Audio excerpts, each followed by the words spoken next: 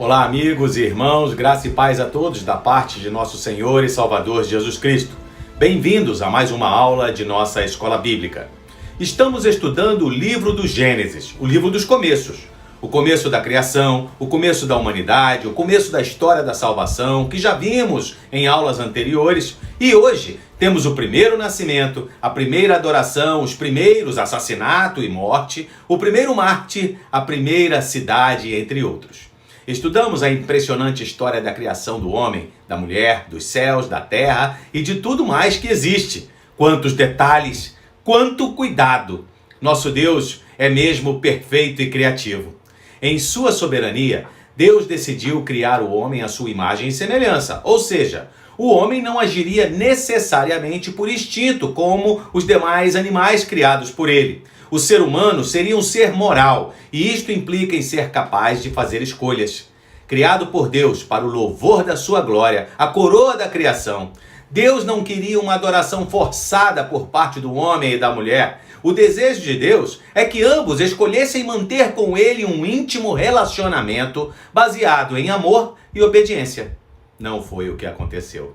À primeira vista, pegar o fruto proibido e comê-lo parecia uma coisa sem importância, um delito qualquer. No entanto, Gênesis capítulo 3 deixa claro que esta foi uma questão da maior gravidade. O homem preferiu acreditar em Satanás a crer em Deus. Adão e Eva concluíram que Deus era desnecessariamente cruel e rigoroso. Eles resolveram buscar o caminho da autorrealização ao invés do caminho da sujeição. A serpente tinha sugerido, na verdade, tinha tido a ousadia de afirmar que a desobediência a Deus não lhe traria nenhum prejuízo, só um nível de existência mais elevado.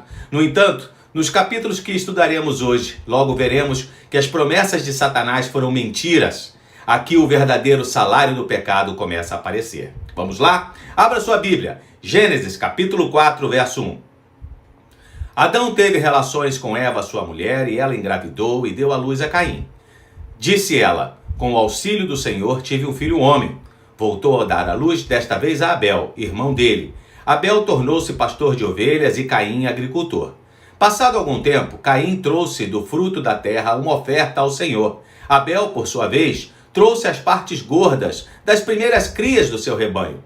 O Senhor aceitou com agrado a Abel e sua oferta, mas não aceitou Caim e sua oferta. Por isso Caim se enfureceu e o seu rosto se transformou. A união sexual de Adão e Eva gerou a primeira criança, um filho a quem Eva deu o nome de Caim. Esse nome provavelmente deve ser entendido como um jogo de palavras. Ele soa semelhante à palavra hebraica Canaã, que significa conseguir ou adquirir. Segundo muitos comentaristas bíblicos, é possível que sua alegria venha da errada interpretação de que este filho seria o seu redentor, em cumprimento à promessa de Deus. Caim não seria o instrumento usado por Deus para libertar a raça humana da maldição do pecado, mas sim outro descendente da mulher, o Senhor Jesus Cristo. Este é o descendente capaz de derrotar a serpente, e neste sentido, ela estava certa em esperar a libertação em Deus, reconhecendo que o seu filho era uma dádiva do Criador, mostrando também sua confiança crescente em Deus. À época do nascimento do seu segundo filho, Abel, o otimismo de Eva parece ter diminuído. O nome dele significava vaidade, sopro ou vapor. Talvez Eva já tivesse aprendido que as consequências do pecado não seriam rápidas. A vida envolveria luta e uma boa dose de esforço aparentemente inútil. Abel era pastor de ovelhas, Caim lavrador. Em parte alguma, Moisés dá a entender que uma dessas ocupações fosse inferior à outra. Embora não tenhamos muitas informações sobre a adoração a Deus ensinada por Adão a seus filhos, uma coisa a Bíblia esclarece: eles sabiam o que fazer. Vejamos as palavras de Deus nos versos seguintes. O Senhor disse a Caim: por que você está furioso? Por que se transformou o seu rosto? Se você fizer o bem, não será aceito? Mas se não o fizer, saiba que o pecado o ameaça à porta. Ele deseja conquistá-lo, mas você deve dominá-lo. A pergunta feita por Deus claramente mostrava que a raiva de Caim era infundada. Embora não conheçamos os detalhes envolvidos nesse proceder bem, Caim conhecia. Seu problema não era falta de instrução, era insurreição e rebelião contra Deus. Também concordo com o comentário bíblico NVI, que deixa claro que o problema também não estava na oferta que estava sendo feita a Deus. O texto nos mostra que o tema discutido aqui é adoração e não redenção. Sabemos que sem derramamento de sangue não há remissão de pecados, por isso foi inevitável a morte de Jesus na cruz, em nosso favor. Mas aqui estamos falando de culto, de reverência, de reconhecimento da soberania de Deus. Logo, estamos falando de atitude. Caim, como muitas pessoas hoje em dia, queria se aproximar de Deus, mas queria fazer as coisas do jeito dele. Talvez isso funcione lá no Dileto ou no Subway, onde nós podemos escolher os ingredientes que desejamos em nossa massa ou sanduíche, mas não com Deus. Pare agora por um momento e pense sobre o culto que você está oferecendo a Deus. Quais são as suas motivações? Você é daqueles que vão à igreja, que não vai à igreja por causa da pandemia, mas vão ao shopping, às academias de ginástica, às festinhas de família, entre outros ajuntamentos sociais? Antes de oferecer o seu culto, a sua oferta ao Senhor, lembre-se que atitude é o que conta. No entanto, se você reconhecer algum erro cometido, não faça como Caim. Não se rebele diante da repreensão do Senhor, mas arrependa-se. Faça o certo, como o próprio Deus diz. E Ele agradar-se-á não só da sua oferta, mas de você também. Gosto muito do verso 4. O Senhor aceitou com agrado Abel e sua oferta. Que Ele nos sirva de inspiração. Como foi gracioso Deus buscando Caim e gentilmente confrontando e com a sua raiva pecaminosa. Como foi clara a sua mensagem de restauração e advertência sobre o perigo que rodeava, mas o conselho de Deus foi rejeitado. Deus ainda o advertiu acerca do seu comportamento antiético e imoral. Deus o exortou a não ceder ao desejo mau que estava lhe espreitando, mas Caim não deu ouvidos ao Senhor. Ele não precisava sucumbir ao pecado, assim como nós também não precisamos, pois Deus sempre nos dá graça suficiente para resistir à tentação. No entanto, ele continuou obstinado em seu caminho da ira, inveja e vingança, e agindo enganosamente matou seu irmão. Que despropósito! A sequência do texto de Gênesis 4 mostra que Caim foi amaldiçoado por Deus. Ele jamais encontraria descanso e andaria errante pela terra. É interessante notar que mesmo diante do juízo de Deus, Caim não se arrependeu. Na verdade, ele temeu pelo seu próprio bem-estar e teve medo de que alguém o matasse por ser um assassino. Mas em nenhum momento Caim temeu o próprio Deus. Em nenhum momento ele reconheceu ter pecado contra o Senhor e contra o seu próximo. Em seguida, temos uma genealogia parcial da linhagem de Caim. Acredito que Moisés a usou para mostrar sua impiedade e a pecaminosidade do homem iniciada na queda em seus descendentes, e para servir de contraste com a genealogia de Adão por meio de Sete, que no capítulo 5 veremos. Verso 17. Caim teve relações com sua mulher e ela engravidou e deu à luz Enoque. Depois Caim fundou uma cidade, a qual deu o nome do seu filho Enoque.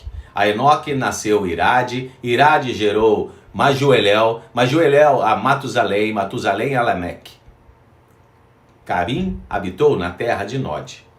Depois do nascimento do seu filho Enoque, ele deu este nome a uma cidade que edificou. O que nos parece foi outro ato de rebelião contra Deus, o qual tinha dito que ele seria fugitivo e errante sobre a terra.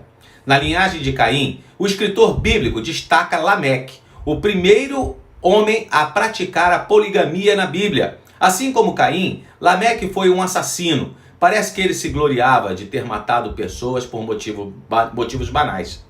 Dessa linhagem também vieram inventores de instrumentos musicais, homens que dominavam metais e pessoas que desenvolveram a criação de gado e a vida nômade em tendas. O pecado certamente abundou na linhagem de Caim, mas o capítulo não termina sem um vislumbre da graça de Deus. Verso 25. Novamente Adão teve relações com sua mulher e ela deu à luz a outro filho, a quem chamou Sete, dizendo: Deus me concedeu um filho no lugar de Abel, visto que Caim o matou. Também a Sete nasceu um filho, a quem deu o nome de Enos. Nesta época, começou-se a invocar o nome do Senhor. Nesta breve sessão, Moisés nos mostra como Deus proveu a substituição de Abel, o justo. Com a descrição da linhagem de Caim, vimos como a civilização ímpia se espalhou pelo mundo.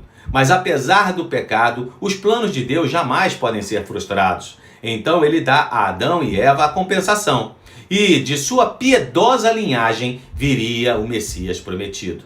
O nascimento de Sete armou um palco para a crescente espiritualidade do homem, embora nem todos os estudiosos vejam aqui o surgimento de algum tipo de culto formal. Avançando para o 5º capítulo do livro de Gênesis, nos deparamos com mais uma genealogia, das muitas contidas na Bíblia. A primeira foi curtinha, vimos ainda agora a genealogia de Caim. Neste capítulo, a ênfase de Moisés se dá sobre a linhagem de Sete, com o claro objetivo de fazer um contraste entre a de um e outro. Assim ele diz: este é o registro da descendência de Adão. Quando Deus criou o homem, à semelhança de Deus o fez. Homem e mulher os criou. Quando foram criados, ele os abençoou e os chamou homem. Moisés começa o capítulo com a mesma terminologia dos capítulos anteriores.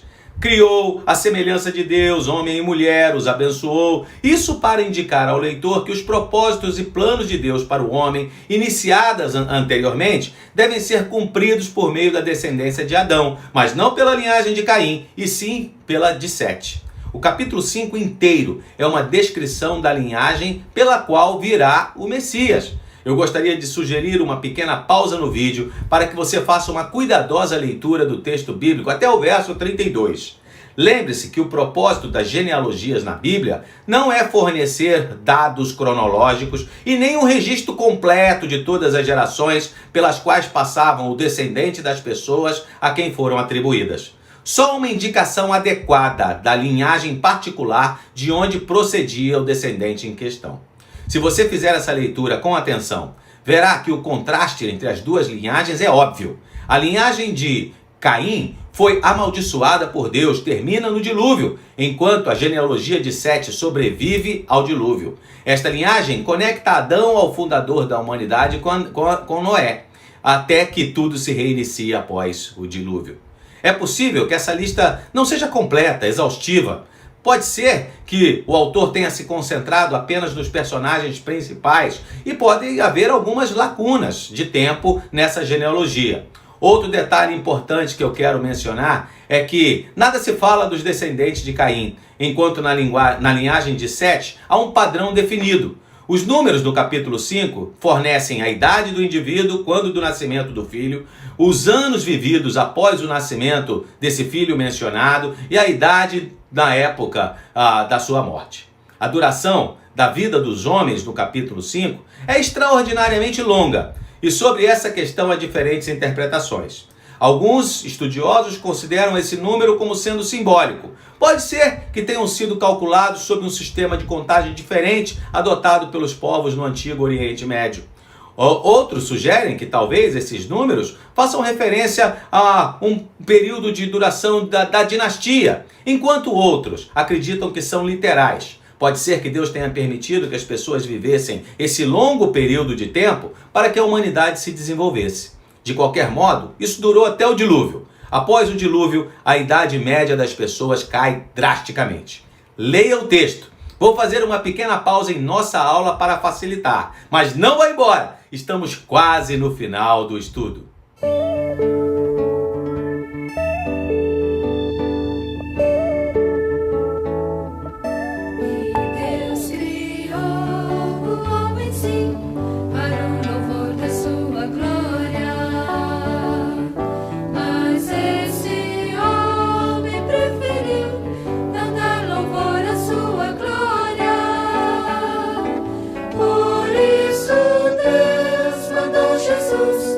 Consertar as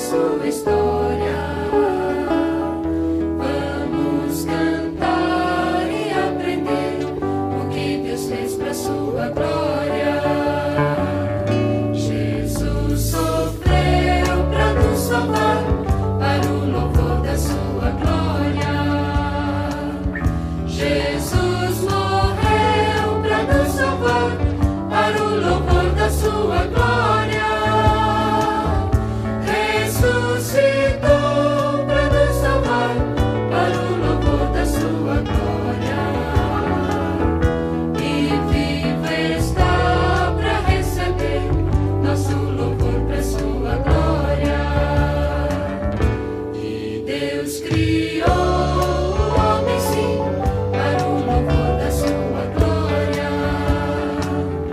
Mas esse homem preferiu não dar louvor à sua glória. Por isso Deus mandou Jesus para consertar a sua história. Vamos cantar e aprender o que Deus fez para sua glória. Jesus sofreu para nos salvar, para o louvor da sua glória. Jesus morreu para nos salvar, para o louvor da sua glória. Ressuscitou para nos salvar, para o louvor da sua glória. E vivo está para receber nosso louvor da sua glória. Ressuscitou para nos salvar, para o louvor da sua glória. E vivo está para receber nosso louvor da sua glória. Nosso vivo está para receber nosso louvor da sua história. Nosso vivo está para receber nosso louvor da sua história. Nosso vivo está para receber. Muito bem, espero que você tenha tido uma nova percepção a ler a genealogia piedosa de Adão. Ainda sobre o contraste das duas genealogias, enquanto a linhagem de Caim pode-se acreditar as grandes realizações, contribuições tecnológicas, os descendentes de Sete são homens de fé, que geraram descendentes piedosos, por meio dos quais os planos de Deus teriam continuidade. Chegamos ao capítulo 6 do livro, que fala da corrupção do gênero humano e revela a escalada do pecado na humanidade. Após a queda de Adão, o homem se tornou totalmente depravado. Este capítulo também registra o anúncio do dilúvio sobre a terra, um pano de fundo para entender o papel de Noé, homem justo e íntegro, no plano de Deus para uma época extremamente corrupta e violenta. Capítulo 6, verso 1. Quando os homens começaram a multiplicar-se na terra e lhes nasceram filhos, os filhos de Deus viram que as filhas dos homens eram bonitas e escolheram para si aquelas que lhes agradaram. Então disse o Senhor: por causa da perversidade do homem, meu espírito não contenderá com ele para sempre. Ele só viverá 120 anos. Este é um dos textos mais polêmicos das Escrituras e talvez em nenhum outro lugar encontremos tanta discordância.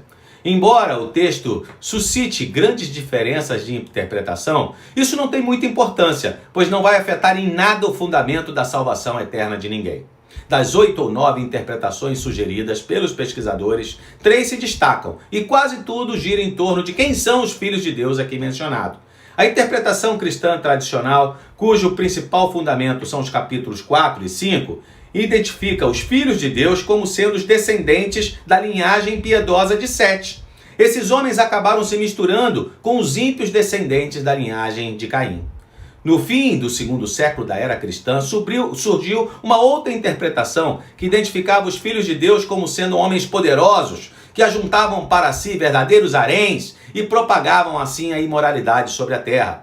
A terceira e talvez a mais comum interpretação diz que os filhos de Deus, dos versículos 2 e 4, são anjos caídos, os quais assumiram uma forma semelhante à dos homens. Estes anjos se casaram com mulheres da raça humana, descendentes de Caim ou de Sete, e a descendência resultante foram os Nefilins.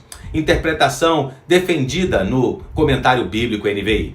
Os Nefilins eram gigantes de superioridade física, os quais, por isso, se estabeleceram como homens de renome pelas suas proezas e poderio militar. Essa raça de criaturas meio humanas foi varrida pelo dilúvio junto com a humanidade, pecadores confessos. Como afirmei anteriormente, o texto é de difícil interpretação, e todas as possibilidades aventadas acima encontram bons argumentos bíblicos em sua defesa ou rejeição, que podemos explorar em uma próxima oportunidade. O importante em tudo isso é o juízo de Deus sobre a humanidade, cujo pecado desagradou profundamente a ele, a ponto de Moisés afirmar que Deus arrependeu-se de ter criado o homem. Verso 5. O Senhor viu a perversidade do homem, que a perversidade do homem tinha aumentado na terra, e que toda a inclinação dos pensamentos do seu coração era sempre e somente para o mal. Então o Senhor arrependeu-se de ter feito o homem sobre a terra, e isso cortou-lhe o coração. Disse o Senhor: farei desaparecer da face da terra o homem que criei, os homens e também os animais grandes e pequenos, e as aves do céu. Arrependo-me de havê-los feito. A Noé, porém, o Senhor mostrou benevolência. Como? Deus arrependido da criação? Será que Deus mudou de ideia e passou a considerar a criação do homem um erro colossal de sua parte? Calma, precisamos interpretar corretamente o texto para não incorrer em erros doutrinários. Moisés fez uso de um recurso literário que vai aparecer outras vezes na Bíblia. A expressão Deus se arrependeu é um antropomorfismo, ou seja, uma descrição de Deus que se assemelha às ações do homem. De outra forma, como o homem poderia entender o pensamento de Deus? O mudar de ideia de Deus pode ser apenas a maneira de ver da perspectiva do homem, uma experiência humana de conhecimento e emoção.